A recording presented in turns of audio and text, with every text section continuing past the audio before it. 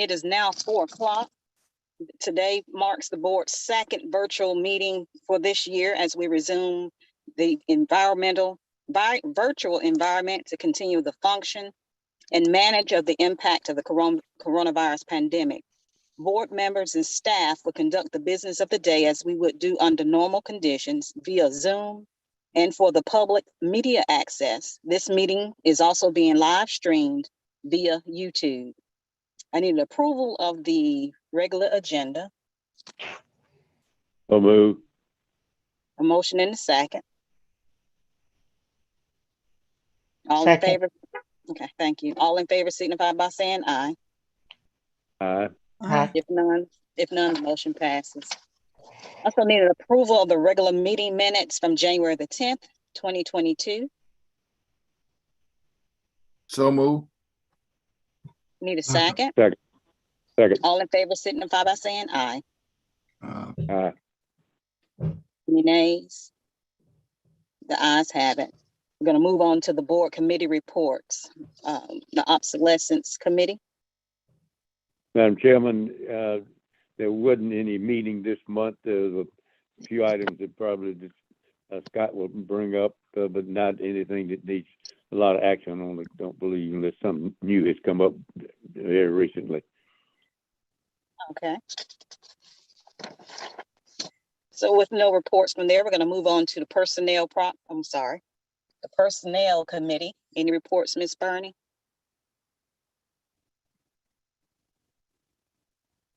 Hello?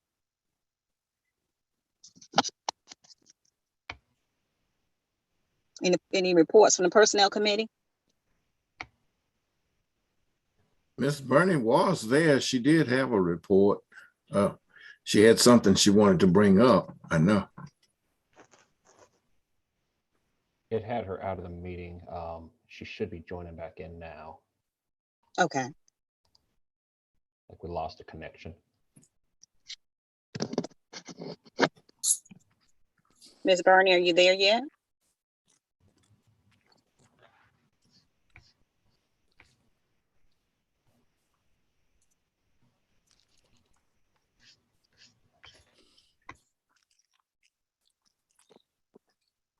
Has she logged back in, Mr. Gursey? I do see her in. It shows her being muted still. So I don't know if she's having some technical difficulties on her end. Okay. With that, I think we can kind of move on past and then just come back to Ms. Burney with whether or not she has any reports or anything that she would like to announce to the board. We're going to go ahead and move on to the staff recommendations, personal property. Ms. Vujas. Good afternoon. Most of our board work this time is cancellations. Once we send out personal property returns, we do get some that get returns that say they either close their business or they have sold their boat and motor. So that's what the majority of the board work is. We had some cancellations for 19, 20, and 21, and then some staff prepareds for 21. And there was also a Thompson Tractor Company Incorporated updated their inventory per the heavy duty equipment rule. So if anybody has any questions, I'll be glad to answer them if there's an individual question. Now, relating to the personal property, when you have a business that closes, say like in 2018, and they're on the documents for today, can you explain why they're still there? I'm sorry. It could be because they never canceled anything with us. They may have closed their business license, or they just didn't think that they had to give us any information based on that business being closed. So we sometimes find it by a phone call, taxpayers calling, asking why they got returns. We might look at business license if it happened to be reported by somebody or we've seen a closed business. Okay, because I did see a couple on there that had been from 2018 that were closed accounts that just hit today's report. Yes, yes, ma'am. Any further questions for Ms. Vujas, anyone? I have one. On that Thompson Company, that 312,740 was added to it and brought that total value up. That updated heavy. Yes, sir. That is based on heavy duty equipment. They have to see what's left in their inventory in December, and they have to report anything that hadn't been sold. Otherwise, they report their heavy duty equipment as it's sold to the tax commissioner's office. So the total value is? Let me get to that page. It's page 6. It looks like the total value is 575,481 with an increase of 312,740. Okay, thank you. You're welcome.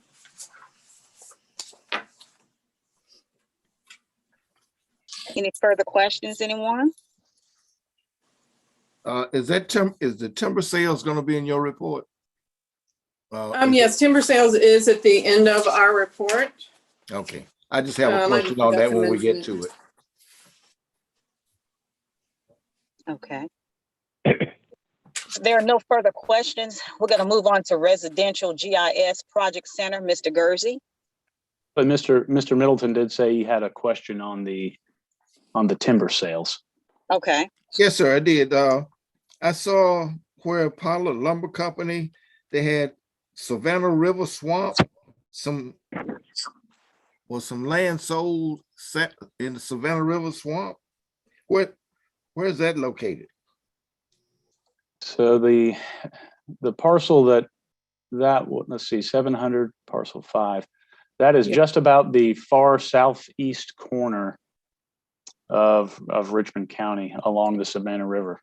And I think the road name is just a little swamp dirt road back there. They don't have direct road frontage to any major roads in the county. It's only fronting the river.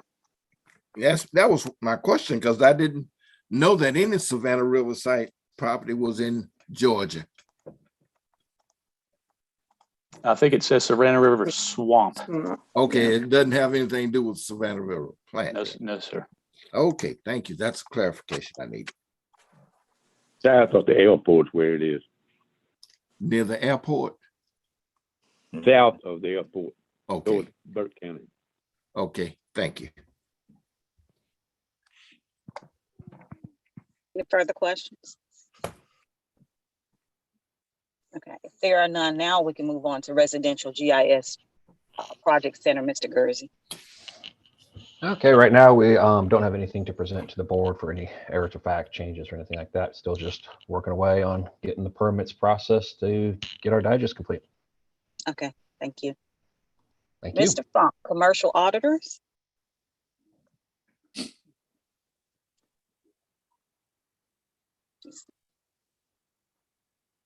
I don't see that Mr. Funk is in attendance today. But his current workload is about the same as residential. They are heavily working on the 2022 valuations, so no current board work to review today. And I would also say that's the same update for specialized assessments. Okay. We are receiving applications for conservation use, both new and renewals. In addition to that, we're receiving some applications for new property exemptions in real estate and in personal property. And at this time of year, typically we will wait until about March or April before we begin presentation of those items to the board. Okay, thank you. How are we coming along with the IAS world? I know the last meeting you mentioned that we still had some kinks in the system. Have there been any updates pertaining to that? We are getting daily updates and reviews with the team and the Tyler implementation group, and I'll provide some detail to that in the office status report. Okay, thank you for that. Also, the last meeting, I couldn't hear. I know I sound like someone has mentioned a question or something in the background, but I'll be just brief. Are there any updates pertaining to the Millhouse Station with the Brownfield, entering into the Brownfield program? No updates at this time. No, that they are in the program and will continue to receive that abatement until they have saved the amount of taxes that they spent. So the affidavit that they presented to us that we shared with the board last month, we will get that on an annual basis until such time as the covenant is over. And my last question is, do we have any updates pertaining to the DOR full digest review for 2021? Yes, so our review of the report and all the documentation that's required to go along with that report is nearly complete. We should be sending that to the Department of Revenue this week. And once the field agent receives that review, we will then be able to set up an appointment for either on-site or virtual visit with that agent to go over the report. Okay. Are there any more questions for staff recommendations, anyone? Nope, that answered mine. Okay. Anyone else? If there are no questions, I need a motion to approve staff recommendations. So moved. I need a second. All in Second. favor, thank you. All in favor signify by saying aye. Aye. Any nays? The ayes have it. Before moving on to the chief appraiser's report, we're going to go back to the personnel committee to see what Ms. Burney had that she wanted to report to us. Can everybody hear me? Yeah. Yes. Okay, because funny things are happening with my computer. I don't know why, and I got kicked out. Do have a report. It's gonna be just a tad longer than usual, but it's important. The Personnel Subcommittee met on Wednesday, January the 19th at 1 p.m. in the BOA boardroom to start the review of the employee satisfaction surveys. All members of the subcommittee were in attendance. Opening the survey box were Juanita Burney, Frank Middleton, and James Scott. A total of 25 surveys were removed from the secure box. And that looks like that was approximately a response of about 3/4 of the employees. Approximately 3 hours was spent reviewing and tallying the results. However, there was extensive commentary that did not lend itself to a tally process. It was agreed that I would read all of the commentary in an effort to summarize it without missing any important points. The committee will be meeting on this coming Wednesday at 1 p.m. in the BOA boardroom to review the findings. Once this review is complete, the BOA chairman will be contacted to arrange a call meeting for the full BOA board to go over the review. We are requesting a call meeting in a closed session due to personnel issues that need to be freely discussed during the review of the results and the findings. While no surveys are identified by person, I did assign a number to each survey so that if a BOA member wishes to review a particular survey based on a comment, it can be more easily identified for retrieval. The one identified item that cannot wait for full board review is the matter of office COVID procedures. Question number 14 on the survey was, have you been satisfied with COVID office procedures? 10 of the respondents said no, they were not satisfied with COVID procedures. Question number 15 said, do you have any recommendations for COVID-19 office procedures? There were 14 responses to this that were either general comments regarding improvement or specific recommendations regarding improvement. So those numbers are significant. 10 saying they are not satisfied with COVID procedures, 14 offering their comments about COVID procedures. Due to the fact that COVID is still with us and is so important, and it is so important for employees to feel safe. I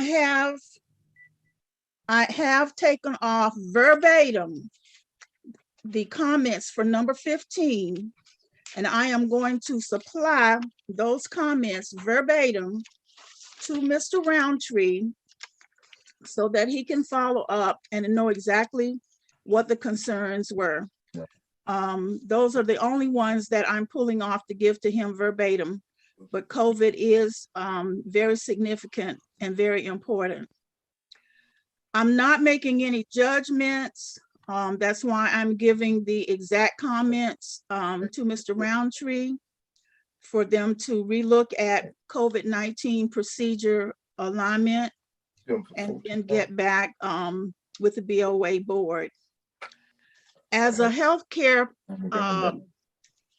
person, I do want to suggest that in the meantime, that everyone be reminded, all of us, including office staff. The wrong thing then. Did someone say something? Okay, I thought I heard someone wanted me to stop, but anyway, as a healthcare professional, I would like to remind everybody while we're looking and reviewing our COVID-19 procedures, that we consider not only our own vaccinations, but encouraging others around us to be vaccinated, encouraging boosters if you have already been vaccinated, keep maintaining social distance, frequent hand washing, continued mask wearing, cough into elbows and sneeze into tissues are some protocols that we can all follow. So Mr. Roundtree, when I come in on Wednesday, I will give you this information on the specific comments regarding COVID, with a request that you and your upper management staff start to relook at your COVID-19 procedures. Understood. And that's the report.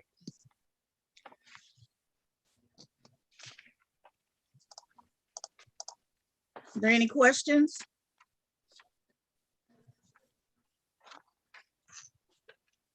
Thank you, Ms. If not, Barney. then, Madam Chair, that's the report. Thank you for the report, Ms. Barney. Office status reports. Mr. Roundtree. Okay, good afternoon. Let me jump into this screen share.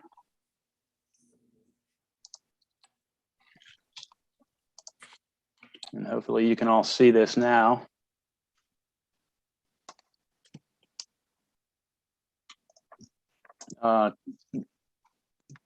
Madam Chair, to your question, I'll bring up this first, our IS World CAMA conversion. So one of the major updates we have is that we did transition to support on January 31st. The implementation team will remain to assist us with lingering items that we encountered throughout the conversion, but also towards the end of our implementation.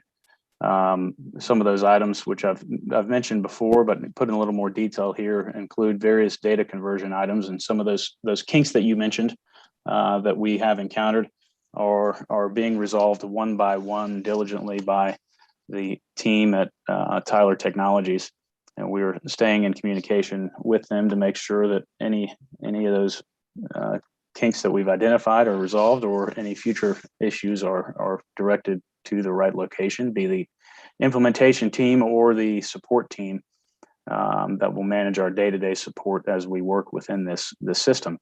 The implementation team will also be staying with us for assessment notices, for our digest submission, and the appeals process as we learn the new processes within the system. We're continuing to stay in communication with them also for our ancillary tools, which will include some online filing opportunities for the public. In addition to that, a workflow tool, which will allow us to manage and track internal work, and also the GIS services, which include data that comes into our system from other parties, and also how our data is exported and shared with the public. through our public mapping system. We were previously meeting with the implementation team weekly to discuss these things, but the transition to support means that we will no longer have weekly meetings, but we'll have discussions as needed and continuous email communication. Another project update that we've been working on intermittently when staff is in the office on rainy days or working remotely for various reasons. The Pictometry Change Finder project. They have reviewed over 2,000 parcels to date and have an approximate impact so far of about $460,000 in increased value on items that were changed. We'll mention this again, the DOR full digest review. That report is very close to complete. There's a handful of items out of the hundreds of questions that are still needing to be finished, but we will get that out to our DOR field agent within the week, along with any documentation that's required so that we can start the in-office visit discussions. Our clerk team is working diligently and very efficiently on finalizing the 2021 transfers for tax year 2022. And I'll note that this is important so that we can do a full analysis of our full year of sales and also ensure that proper ownership is displayed on these properties by the time we send notices out. So at this point, I believe they're in the second or third week of November and are working through the November and moving on to the December deeds and hopefully finishing those within the next couple of months. A reminder again that we are in our return period and we are receiving returns for both real estate and for personal property. Our personal property team is working those returns as they are received. Real estate, as usual, is getting a very low amount of returns and is also working them as received. And that real estate team is primarily focused on getting the discovery work done for permits, other market and income reviews that are necessary for this year's digest. Here's a quick update on the discovery process for primarily permits and other field review items that we're working on with our, of course, with our implementation of Tyler and integration of our mobile application. Full field work with the mobile application was not begun in earnest until approximately December. They did start work in the field in October for other items that we were able to report and provide information to the team with. And so at this point, we are getting close to, as a team, 50% complete on all those discovery items, with the bulk of that work being done in the last month and a half. The commercial team has a smaller amount of sites to visit and are nearing completion on their total permit process. And they're about 87% complete to date, while the residential team has the bulk of these field reviews with close to 5,000 sites to visit for permits. And they're to date about 42% complete with their review process. And we do have a lull here in education as we are in our busy time for field work and market studies, but should pick up office training and education starting in April with a couple folks going to the income approach class and the personal property course. We have an attendant coming up in June. Other opportunities will be certainly reviewed as we go into the next couple of months to ensure that everyone is up to date on their current training and getting opportunities that they would like to attend. I guess I'll mention too that at the course that was held here in Augusta, Richmond County a couple weeks back for specialized assessment and exempt properties, there were quite a few open spots that we saw towards the end of the week preceding the course that we were able to provide most of the staff, especially on the residential side, the opportunity to start taking some of these training courses and get exposure to the specialized assessments and the exempt property workshop. And I think to a T, all passed the course that attended. So we were happy to see the positive outcome on that week here in Augusta, Georgia.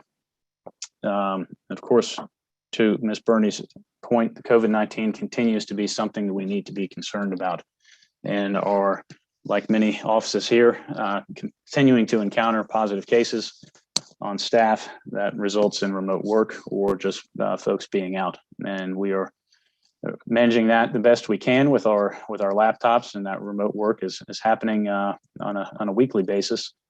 And we're making sure that all staff are provided that opportunity to work from home if they are either sick themselves or have been exposed to someone who was testing positive. And I guess to wrap up this discussion of our update from the TOA office this month, we do have a posting that closes. I've been mentioning the project center supervisor. We have a closing date of Wednesday for that. And we did post this position internally. And at this point have 3 applications on file, 3, maybe 4, and we'll start receiving those from HR Wednesday evening or Thursday morning. And that next position would be the personal property auditor, which we did get posted and have begun receiving applications for the auditor position within our personal property team. And so we're looking forward to getting some quality candidates for that position for our personal property team. And I also must mention today that we have had some other recent resignations. For context, these were all for different and justified reasons. That certainly is poor timing for the time we're in for the office. But after discussion with all 3 of these individuals, it was the absolute right decision for them and their families that they take other opportunities. While dissatisfaction or other concerns were never shared or indicated for their departures, certainly this trend of attrition is creating some difficulty amongst those in the office that are carrying on the duties and mission of our organization. And certainly whether it's for many or single reasons, digging out those underlying concerns is going to be essential to finding strength and stability amongst staff and office. And certainly Miss Bernie and the Personnel Committee, your assistance with that survey will be a large part of our discovery. And in turn, any focused discussions with staff and management to ensure that we are supporting individuals here to the best of our ability to make sure that this is a positive and healthy workplace that folks look forward to coming to every day. And with that, I'll take any certainly questions or comments from the board that you have. This is Juanita Scott. Yes, ma'am. You mentioned 3 resignations. What were the positions? Project Center Analyst, Personal Property Appraiser, and Residential Appraiser. Thank you.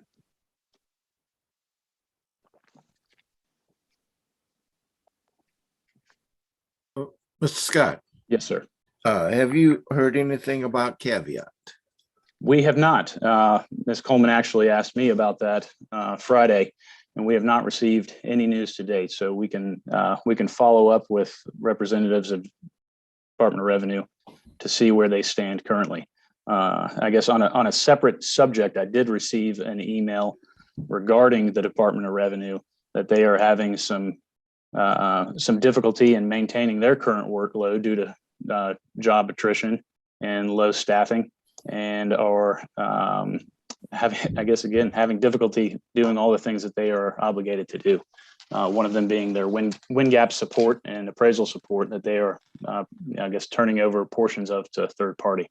So they're having some struggles up there, and hopefully it will not impact our annual conference, and we'll check in with them to see where we are with that.